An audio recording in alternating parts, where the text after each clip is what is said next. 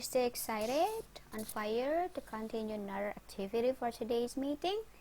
If you are, silahkan buka kembali halaman 48 buku modul kalian ya.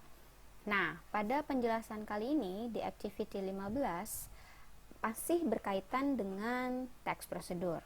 Kalau sebelumnya di PowerPoint saya sempat menjelaskan ke 4 bagian dari text prosedur secara umum.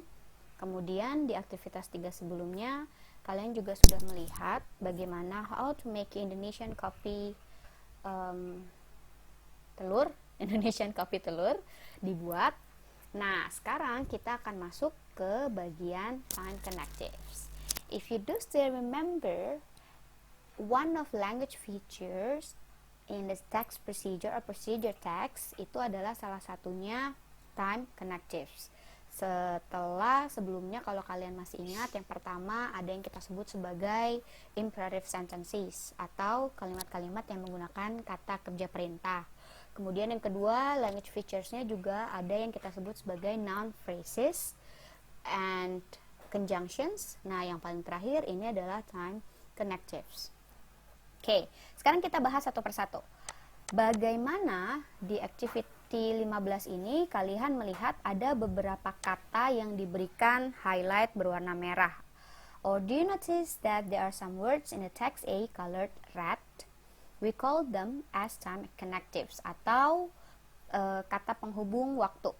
Nah, kata penghubung waktu ini biasanya kita sebut juga sebagai time sequence atau ya tadi sama saja time connectives.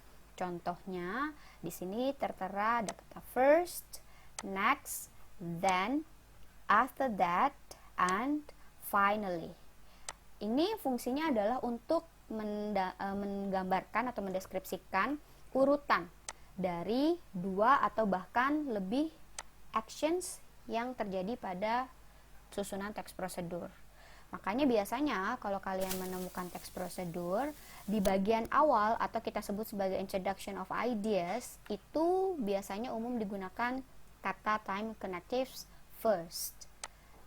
Atau mungkin yang lain kalau kalian menemukan ada kata initially. Oke, initially, first itu adalah salah satu contoh time connectives yang biasa digunakan di awal, introductions of the ideas. Kita gunakan untuk menyatakan atau action yang menyatakan dia terjadi sebelum aktivitas lainnya terjadi. Ya karena memang dia berada di awal, berarti ya posisinya harus berada di paling pertama. Itu adalah contoh introductions of ideas. And then move to another second part is sequencing. Nah, yang seru dari kata sequencing ini karena sequence itu kan berarti in order, harus berurutan. They can be used for an action that happens after another action. Jadi maksudnya gimana, Miss? Jadi maksudnya time connectives di sini atau kata hubung waktu yang dipakai itu untuk menunjukkan bahwa kata penghubung tersebut berada di sebelum atau bahkan sesudah aksi-aksi yang lain atau kata kerja aktivitas yang lain lah, bisa sebelum atau sesudah.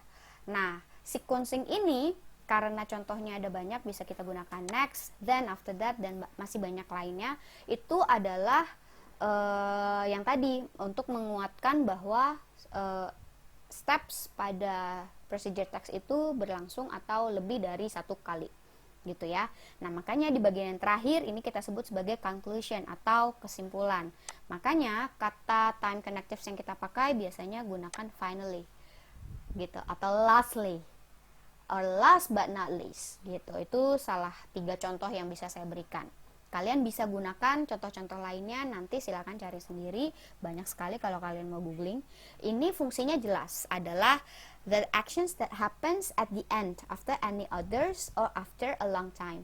Jadi setelah sekian banyak proses atau tahapan yang terjadi pada teks prosedur, dari sequencing 1, sequencing 2, ketiga, keempat.